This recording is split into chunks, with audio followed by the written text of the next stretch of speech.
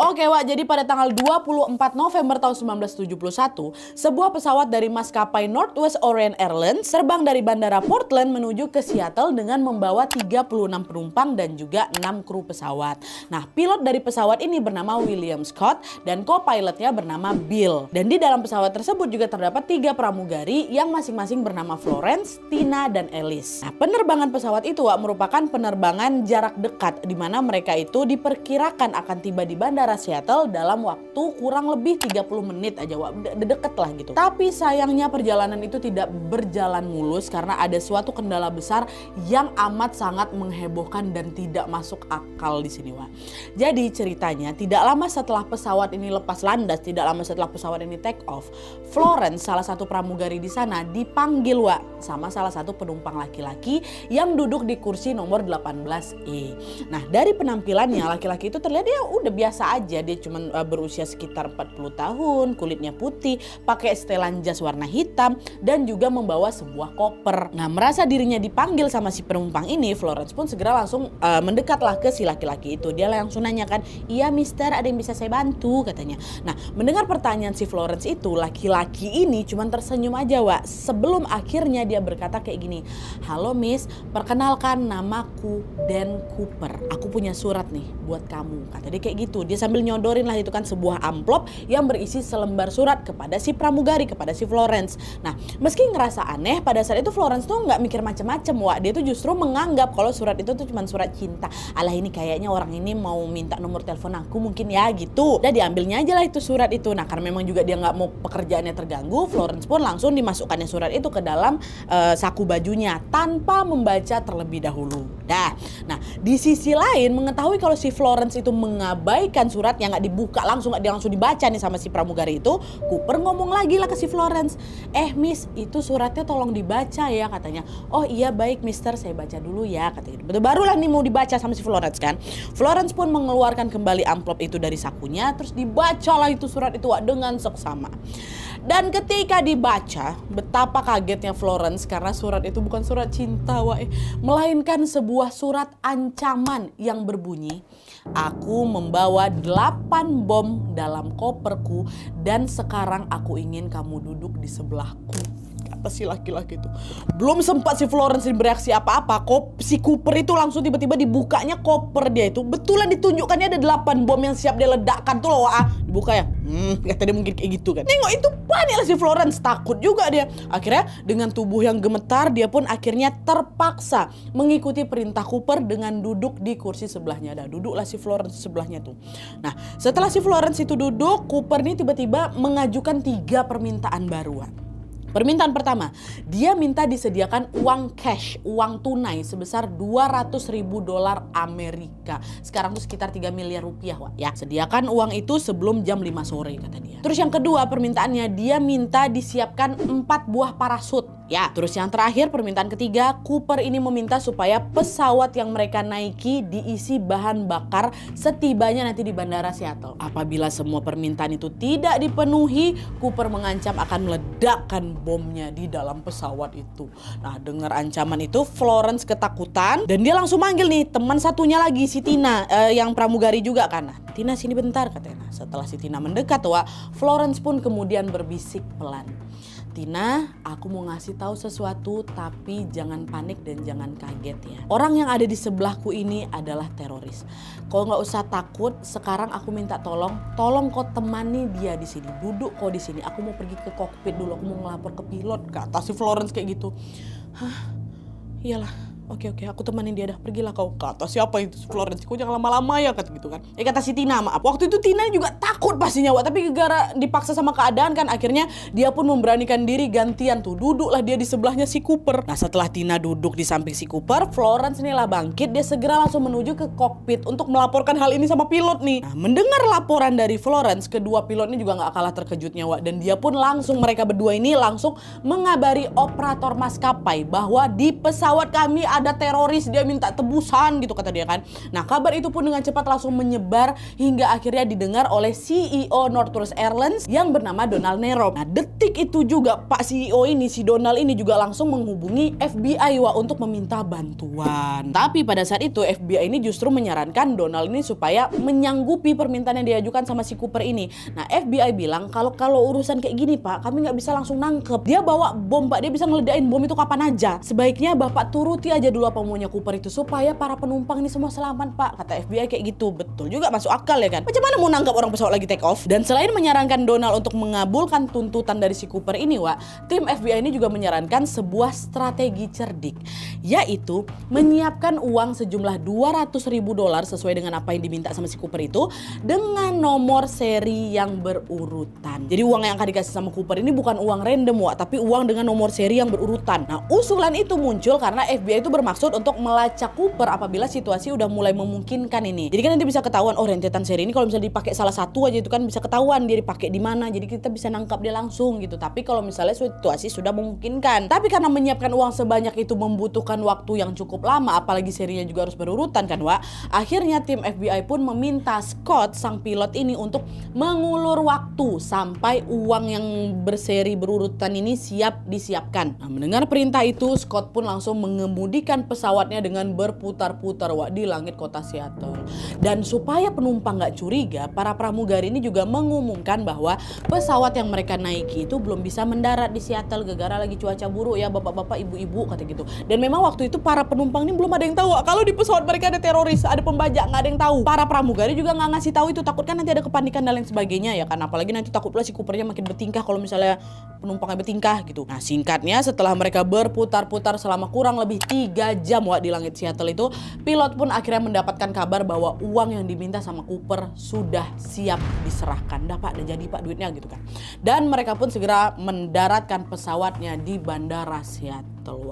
Nah setelah pesawat itu mendarat, Donald si CEO maskapai ini memerintahkan utusannya untuk mengantarkan uang cash 200.000 itu dan juga parasut yang 4 biji itu dikasih ke si Cooper ya. Nah di saat yang sama Scott dan juga Bill si pilot sama si co-pilot ini bergegas langsung mengisi bahan bakar pesawat seperti yang juga diperintahkan sama si Cooper. Dah 3 permintaannya si Cooper udah diturutin itu kan. Alhasil sampai sini Cooper sudah mendapatkan semua tuntutan yang dia ajukan, mulai dari uang udah dapat, parasut sudah disediakan, bahan bakar udah diisi semuanya gitu. Nah tapi meskipun semua permintaan itu sudah dikabulkan bukan berarti si Cooper ini berhenti melakukan aksinya. Kenapa? Karena tidak lama dari situ Cooper ini kembali mengajukan sederet tuntutan yang nggak masuk akal juga. Dan selain mengajukan permintaan-permintaan yang aneh lagi Cooper ini juga melakukan sebuah aksi nekat yang tidak pernah terbayangkan sama mereka ini sebelumnya. Apa? Masuk.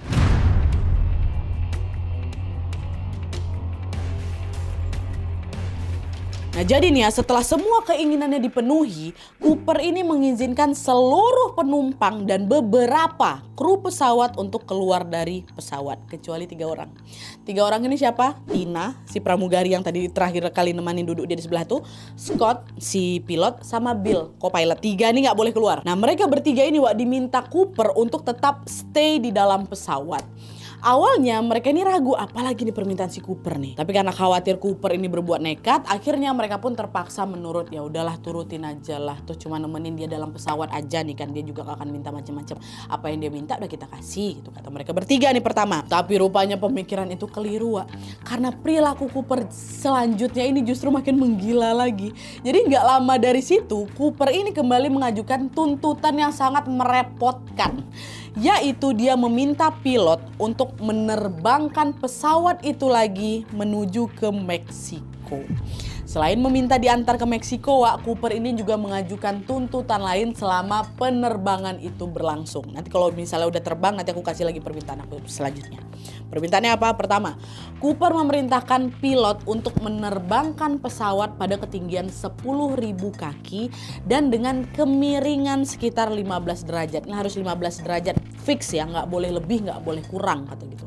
Dan selain itu Cooper ini juga meminta pesawat itu dikendarai dengan kecepatan selambat Cooper mungkin katanya. Nah itu permintaan dia setelah pesawat ini lepas landas. Nah semua permintaan yang diajukan sama Cooper ini Wak, seolah-olah memang menunjukkan bahwa dia itu adalah orang yang sangat memahami dunia penerbangan nih. Atau bisa dibilang dia itu bukan teroris amatir. Nah setelah mendengar permintaan Cooper, Scott sang pilot ini nggak setuju Wak, langsung ditolak terang-terangan. Nggak bisa Pak Cooper, kalau kamu minta sekarang kami antarin ke Meksiko memang nggak bisa, bahan bakar pesawat nih lo nggak cukup. Perjalanan dari Seattle ke Meksiko tuh jauh kali Pak jaraknya. Udah nggak usah banyak omong kau, pokoknya ikutin permintaan aku, kalau nggak aku ledak ini bom ini sekarang ya. Nah karena takut Cooper bertindak nekat Wak, akhirnya pilot pun terpaksa menurut. Setelah itu dia segera langsung mengendarai pesawatnya menuju ke Meksiko. Nah jalanlah ini kan mereka berempat, diartikan Tina, Scott, Bill sama Cooper. Nah di tengah perjalanan itu Wak, Cooper tiba-tiba menyuruh Tina si pramugari itu untuk masuk ke ruang kokpit bergabung sama Scott dan Bill dan mengunci pintu kokpit itu dari dalam. Dah cepat kau turutin permintaan aku, kata si Cooper. Nah denger itu Tina nurut aja lah karena dia langsung segera meninggalkan si Cooper sendirian di kabin pesawat itu. Pergilah dia ke ruangan kokpit. Nah dikunci. Apa kau sini? Disuruh sama Pak Cooper Pak, katanya. Bismillah, semoga nggak kenapa-napa, mungkin kata Scott sama Bill. Nah nggak lama setelah Tina di ruang kokpit itu Wak, tiba-tiba nih pesawat yang mereka kendarai oleng. Dan selain itu para pilot ini juga merasa ada tekanan udara yang besar kali yang masuk ke dalam kabin pesawat. Di situ mereka panik. Ngapa nih Pak? Ngapa nih Pak? Apa mesinnya ada yang rusak ya? Kata mereka. Kedua pilot ini pun segera langsung mencari tahu penyebabnya. Dan setelah diselidiki ternyata ketidakseimbangan pesawat itu terjadi karena pintu belakang pesawat terbuka lebar rupanya Wak. Nah khawatir pesawat itu bakal terjatuh, akhirnya mereka pun memutuskan untuk melakukan pendaratan darurat di kota Reno, Nevada yang ada di situ. Dan untungnya pendaratan darurat itu berjalan lancar dan semua kru yang ada di pesawat itu selamat tanpa kurang satu apapun Wak. Berhasil lah itu kan. Set mendarat. Walaupun dalam keadaan pintu belakang terbuka tuh. Nah nggak lama setelah pesawat itu mendarat Wak, FBI dan polisi yang memang udah tahu tentang kabar pembajakan itu langsung naik lah itu kan ke dalam pesawat buat nangkap si Cooper nih. Di sini ada celah ya kan. Tapi begitu mereka naik Wak, Cooper dan juga barang-barang yang ada di sana nggak ada, hilang. Satu-satunya barang yang berhasil mereka temukan hanyalah selembar dasi warna hitam yang diduga itu milik Cooper. Itu aja, Coopernya nggak ada di pesawat. Nah dengan bukti-bukti yang ada di TKP, FBI menduga bahwa Cooper sudah melarikan diri dengan cara apa? Lompat itulah dari pintu belakang tuh, dari pintu pesawat di belakang terbuka tuh, dia udah loncat selama si pesawat itu terbang. Dugaan itu juga diperkuat lagi dengan fakta bahwa kan memang Cooper minta 4 buah parasut kan, yang kemungkinan itulah yang dia pakai untuk dia kabur tuh. Nah berdasarkan dugaan itu, FBI pun segera langsung mengadakan pencarian besar-besaran untuk menemukan keberadaan si Cooper nih Wak. Dan karena Cooper diduga melompat dari ketinggian, maka pencarian itu dilakukan di daratan di mana si Cooper itu diduga jatuh, yaitu di daerah barat dayanya Washington DC, tepatnya di area hutan Wak. Ayo kita cari ke sana, kemungkinan dia terjunnya dari situ gitu. Dicarilah Cooper di sana ya kan. Tapi setelah melakukan pencarian selama berhari-hari Wak, Cooper tidak berhasil ditemukan. Jangankan Cooper, barang-barangnya nggak ada ditemukan sama sekali di sana. Alhasil sampai di titik itu pihak berwenang betul-betul dibuat kebingungan untuk mencari keberadaan DB Cooper. Kok hilang dia, kemana dia nih ya? Nah ketika penyelidikan ini menemui jalan buntu, di sisi lain pembajakan pesawat Northwest ini menjadi berita besar yang menghebohkan masyarakat Amerika waktu itu Wak. Dan ketika pemberitaan itu berlangsung, ada sebenarnya Wak fun fact yang melibatkan nama Cooper ini. Jadi kalau misalnya kalian ingat Wak, di awal kan aku bilang kalau Cooper ini menyebutkan namanya sebagai Dan Cooper ya kan, Dan Cooper. Nah ketika pembajakan itu ramai dibicarakan di media, ada salah satu reporter yang salah Wak nyebut nama Cooper. Jadi yang awalnya disebutnya harusnya Dan Cooper, dia malah sebutnya DB Cooper. Nah kesalahan penyebutan itulah yang ternyata membuat Cooper ini lebih dikenal dengan sebutan yang salah ini, dengan sebutan DB Cooper sama masyarakat Amerika. Jadi nama DB Cooper tuh awalnya ya dari sini Wak. Nama aslinya Dan Cooper, tapi gara-gara reporter ini salah nyebutin, jadinya DB Cooper, lebih dikenalnya dengan nama yang salah gitulah. Tapi terlepas dari perbedaan namanya Wak, FBI meyakini bahwa DB Cooper atau Dan Cooper ini merupakan nama samaran tentunya, bukan nama asli. Nah karena Cooper ini menggunakan identitas palsu, FBI tentu jadi makin kesulitan lagi lah itu kan untuk menemukan keberadaannya di mana. Nah tidak menyerah di sana Wak, FBI kembali melakukan strategi baru untuk bisa menangkap Cooper, yaitu dengan mengadakan sayembara berhadiah. Mereka ini akan memberikan uang sebesar $1.000 kala itu bagi siapapun yang berhasil menemukan uang dengan nomor seri berurutan yang pernah diberikan sama Cooper. Nggak usah Coopernya dulu, uangnya aja kalian temukan kami kasih duit. FBI menganggap bahwa apabila si Cooper ini masih hidup, besar kemungkinan dia ini akan menggunakan uang itu untuk bertransaksi, ya kan. Nah, dari transaksi itulah FBI ini rencananya akan melacak lokasi di mana Cooper itu berada. Tapi setelah menunggu sekian lama, tidak ada seorang pun yang melaporkan keberadaan uang itu.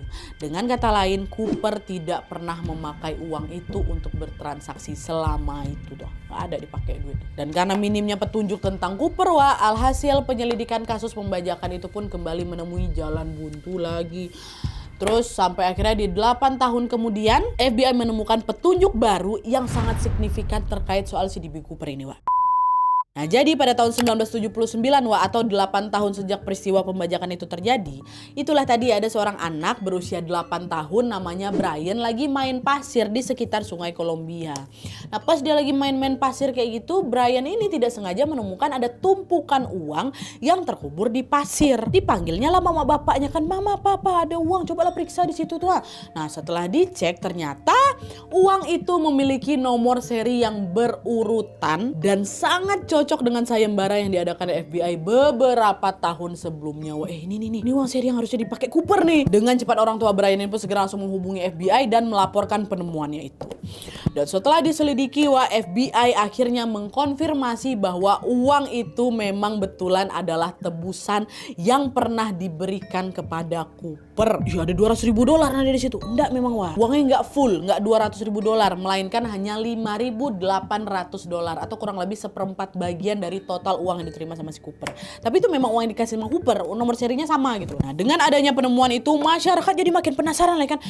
Kenapa Cooper ditimbunnya uangnya di pasir tuh? Emang sengaja dia buang duit itu apa ya? Atau jangan-jangan uang tuh nggak sengaja jatuh waktu dia terjun? Tapi sayangnya semua pertanyaan itu tetap menjadi misteri yang tidak diketahui sampai sekarang, Ngapa duit itu bisa ada di situ? Meskipun penemuan ini menimbulkan kontroversi baru, di sisi lain peristiwa itu juga memberikan dampak yang signifikan memang bagi proses penyelidikan. Di mana FBI yang tadinya menemui kebuntuan, kembali bersemangat lagi nih untuk menyelidiki kembali kasus pembajakan itu.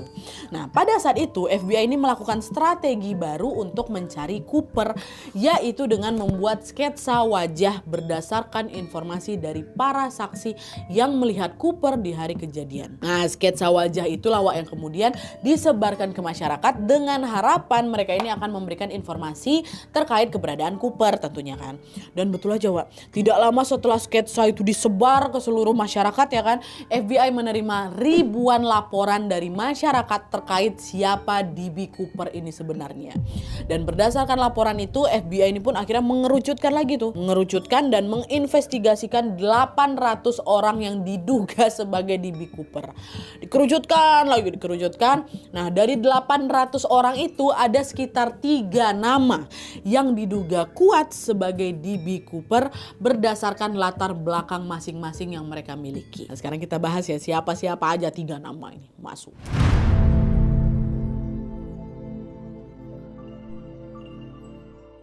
Orang pertama yang diduga sebagai DB Cooper adalah seorang laki-laki yang bernama Kenneth Christensen.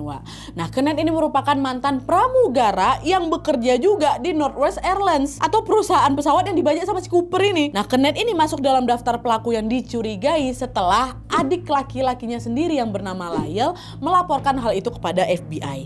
Nah, di depan FBI, Lyle ini bilang kalau Kenneth, abangnya ini tiba-tiba, dia punya uang tunai banyak kali, setelah kasus pembajakan pesawat Northwest itu. Padahal sebelumnya abang saya tuh nggak pernah punya uang sebanyak itu loh, Pak. Nah, hal itulah yang membuat Lyle ini menduga kalau Kenneth itu mendapatkan uang itu setelah dia membajak pesawat Northwest Airlines tadi, Nah, setelah mendapatkan laporan Lyle, FBI pun segera langsung memastikan kebenaran dari laporan itu, Tapi setelah diselidiki secara intensif, FBI ini tidak menemukan bukti yang cukup untuk mengkonfirmasi bahwa Kenneth ini adalah DB Cooper. Dengan kata lain, dugaan yang dilaporkan sama Lyle adiknya itu bisa dibilang kayak nggak betul lah gitu. Itu orang pertama. Orang kedua, orang berikutnya yang diduga sebagai DB Cooper adalah seorang laki-laki yang bernama Robert Rexroa.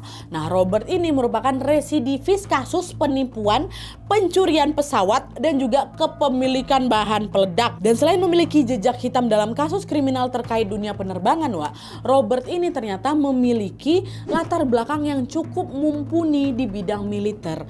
Jadi si Robert ini merupakan mantan tentara Amerika Serikat yang berpengalaman sebagai pilot helikopter dan juga penerjun payung yang sangat handal. Nah, latar belakang itulah yang membuat banyak pihak menduga bahwa Robert ini adalah DB Cooper. Selain memang karena alasan latar belakangnya tadi, Robert ini diketahui sering memang dia melontarkan candaan kepada awak media bahwa aku ini DB Cooper loh gitu. Bahkan pada tahun 1972, setahun setelah kejadian pembajakan pesawat itu terjadi, Robert ini pernah mengirim surat ke kantor berita The New York Times dan mengatakan bahwa dia itu adalah DB Cooper. Nggak lama setelah ngirim surat itu ditangkap lah si Robert ini kan, diinterogasi lah sama FBI langsung. Tapi setelah diinterogasi, Robert ini akhirnya mengaku, "Pak, enggak Pak, saya bukan DB Cooper Pak. Selama ini saya ngomong kayak gitu, saya cuma bercanda Pak." Dan memang setelah diselidiki lebih lanjut, ternyata pernyataan Robert itu juga tidak bisa dipastikan kebenarannya karena kurangnya bukti. Dan selain itu, FBI ini juga meragukan pengakuan dari Robert ini karena kalau ditengok-tengok nih dari ciri-ciri fisiknya, Robert itu terlalu muda dibanding sama DB Cooper. Dia waktu itu masih umur 28 tahun, sementara DB Cooper kan diduga umurnya sekitar 40 tahunan kan. Udah bapak-bapak, dia masih mas-mas waktu itu. Nah, terus lanjut nih ke orang berikutnya yang diduga sebagai DB Cooper adalah Richard McCoy. Sama seperti Robert, Richard ini juga bukan orang sembarangan loh.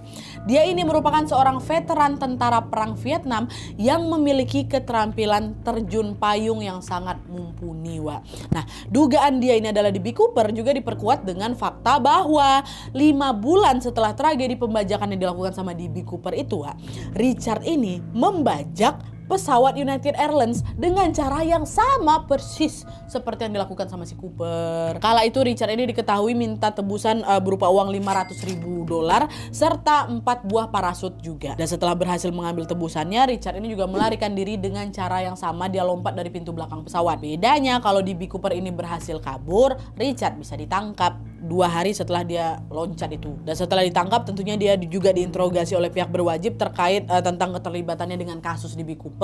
Tapi setelah ditanyai, Richard ini tidak pernah memberikan jawaban yang memuaskan memang. Jadi dia tuh nggak pernah mengakui kalau dia DB Cooper, tapi juga nggak menyangkal nih pada saat dia dituduh sebagai DB Cooper gitu. Jadi bisa dibilang jawabannya Richard tuh gantung lah, nggak jelas. Nah, karena tuduhannya sebagai DB Cooper ini tidak bisa dipastikan, alhasil Richard pun hanya dijatuhi hukuman atas pembajakan pesawat United Airlines itulah. Dan atas tindak kriminal yang sudah dia lakukan itu, Richard divonis hukuman penjara 45 tahun lamanya. Tapi ketika menjalani hukuman selama 2 tahun, Richard ini dikabarkan melarikan diri dari penjara tempat dia ditahan itu.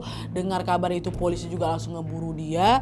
Dan setelah ditemukan dalam pelarian, Richard ini tidak sengaja tertembak pistol polisi. Meninggal dia. Barulah setelah beberapa tahun setelah Richard itu tewas, banyak pihak yang meyakini bahwa Richard ini bukan DB Cooper. Itu juga ada 2 alasan khusus nih kenapa mereka bilang kayaknya ini bukan dia lah. Alasan pertama adalah sketsa wajah DB Cooper lagi-lagi tidak sesuai dengan ciri-ciri fisiknya Richard.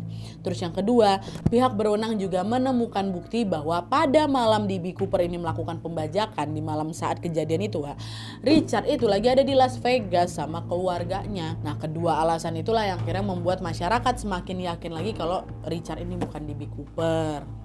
Dan selain 3 nama yang aku sebutkan barusan, ada memang beberapa nama-nama lain yang juga diduga kuat sebagai DB Cooper. Tapi dari semua nama-nama yang ada, FBI belum menemukan bukti legit untuk bisa menunjukkan bahwa mereka adalah DB Cooper. Lagi-lagi baliknya kayak gitu lagi, Dengan demikian, keberadaan maupun identitas asli dari DB Cooper masih menjadi misteri terbesar dalam sejarah kriminal Amerika yang belum terpecahkan sampai dengan hari ini. Untungnya nggak ada korban jiwa, itu aja. Oke, jadi itu tadi kasus pembajakan pesawat yang dilakukan oleh seorang laki-laki bernama DB Cooper. Saking sulitnya proses penyelidikan kasus ini, pada tahun 2016 kemarin tuh FBI akhirnya secara resmi menutup penyelidikan kasus DB Cooper. Tapi meskipun kasusnya ditutup, FBI berjanji akan membuka kembali kasus ini apabila ada petunjuk baru yang ditemukan. Tapi sampai di tahun ini, di tahun 2024, belum ada perkembangan berarti terkait siapa DB Cooper yang sebenarnya. Belum ada informasi baru lah gitu. Beberapa pihak menduga kalau DB Cooper ini sudah tewas waktu dia jatuh lompat itu. Tapi jatuhnya di mana itulah belum tahu. Kalau menurut kalian gimana, Wak? Apakah kalian meyakini kalau DB Cooper ini sudah meninggal? Kayak udah lah ya. Dia aja kejadian 1971, umurnya 40 tahunan.